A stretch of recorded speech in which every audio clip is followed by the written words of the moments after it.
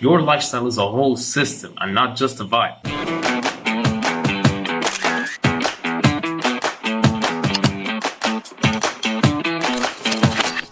Ever since I started studying medicine, and all the doctors in my university kept repeating the same phrase, lifestyle modification. And at first I thought it was boring and repetitive, but then I came to the realization that most chronic illnesses that we've studied all start because of one major risk factor, and that is a messed up lifestyle.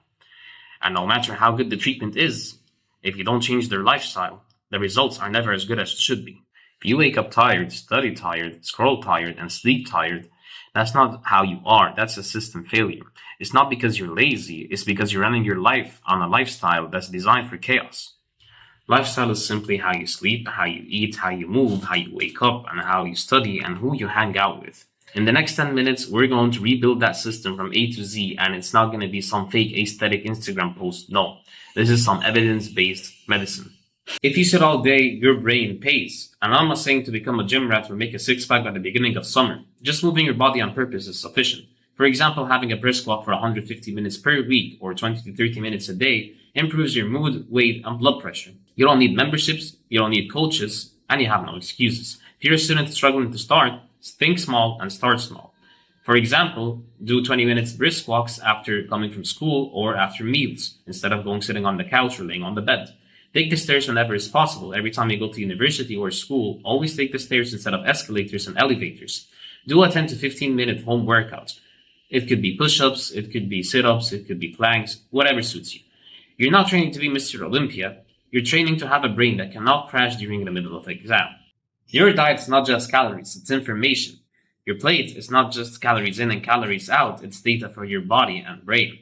Teenagers, when they live on sugary drinks, random snacks, and junk food, their rates of obesity and health problems always increase, and that's been witnessed in multiple countries around the world. However, we can follow these three simple rules today to change that slowly. First of all, don't skip breakfast. Breakfast is an important meal, and it doesn't have to be anything fancy. It could be yogurt and fruits. It could be fava beans and vegetables, egg and bread. You get the idea.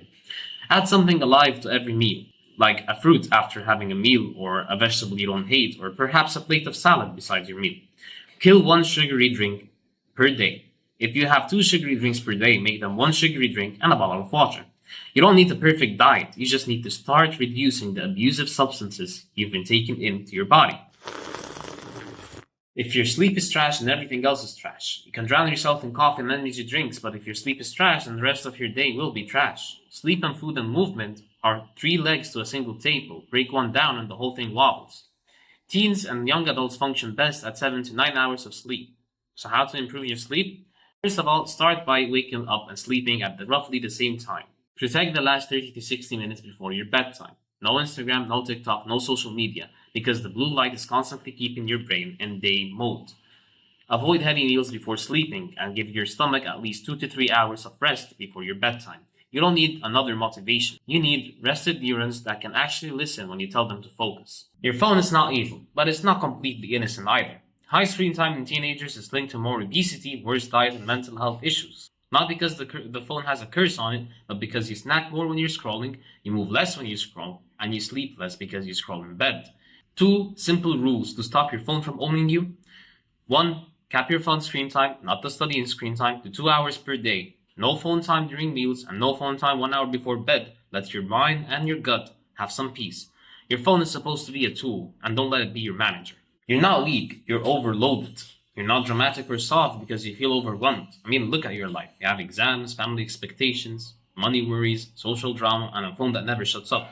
Chronic stress is linked to anxiety, depression, bad gut health, weight gain, and heart problems. So no, it's not all in your head. It's in your hormones and in your sleep and in your appetite as well. You won't remove stress completely, but you can release some pressure by doing these things. A 5-minute walk without your phone or music, just moving and breathing. And try journaling, for example, writing down all your worries in a single sheet of paper for 3 minutes straight with no filters. A quick breathing reset. Inhale for 4 seconds, hold it in for 4 seconds, then release in 6 seconds.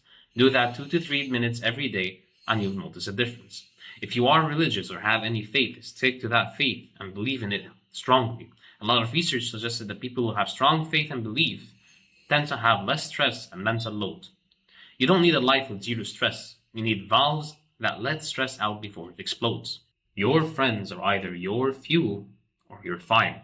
Your environment is not just your room or desk, it's the people who you surround yourself with. Social support is a real health factor.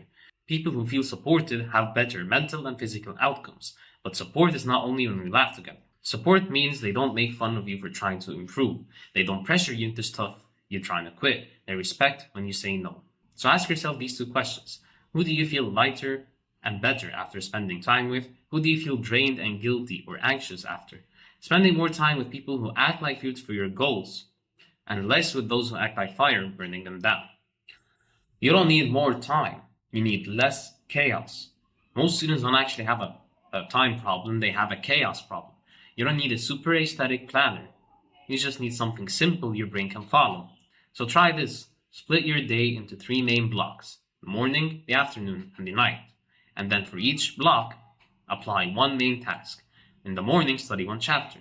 In the afternoon, go to the gym or go for a walk. At night, spend some time with some family, do some hobbies, or have a revision. Use the 25 to 5 method. Work or study for 25 minutes, then take a 5-minute break. And during that break, you should either be walking around, drinking water, or stretching. Repeat that 3 to 4 times and give yourself a longer break for 15 minutes.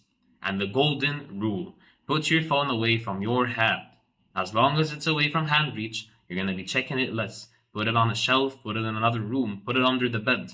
As long as it's away from you, you're going to focus more and check it less often. Good time management is not squeezing 100 things into your day. It's doing the right things with full focus instead of doing everything half-heartedly. The normal habits quietly destroying you. Lifestyle medicine isn't just talk about eating salad and walking in the park. It also focuses on removing the small micro habits that are harming you. For young people today, some of these normal habits that quietly wreck you are energy drinks all the time, constant junk food and sugary drinks, vaping or smoking even if it was just with friends, flexing all-nighters as if destroying your brain is productivity, sitting 8 to 10 hours and not moving except from your chair to your bed.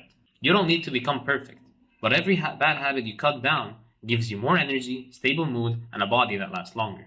And finally, stop trying to change your life overnight. This is where most people crash. They watch one motivational video on TikTok or Instagram, and then they say to themselves, from tomorrow, I'll go to the gym every day, eat healthy, 8 hours of sleep, and become the top of my class. 48 hours later, they're back to square one. So here's a better plan. Pick just 1 to 2 good habits for the first month. For example, 20 minutes walk after meals and sleeping before 12 a.m.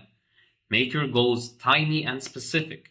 Instead of saying, I'll be eating healthy, add 1 fruit every day. Don't say, I'll study more. Instead, say, every day I'll be studying for at least 1 hour.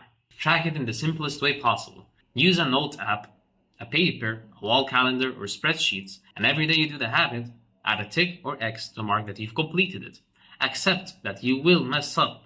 And that doesn't mean you failed, it just means you're human.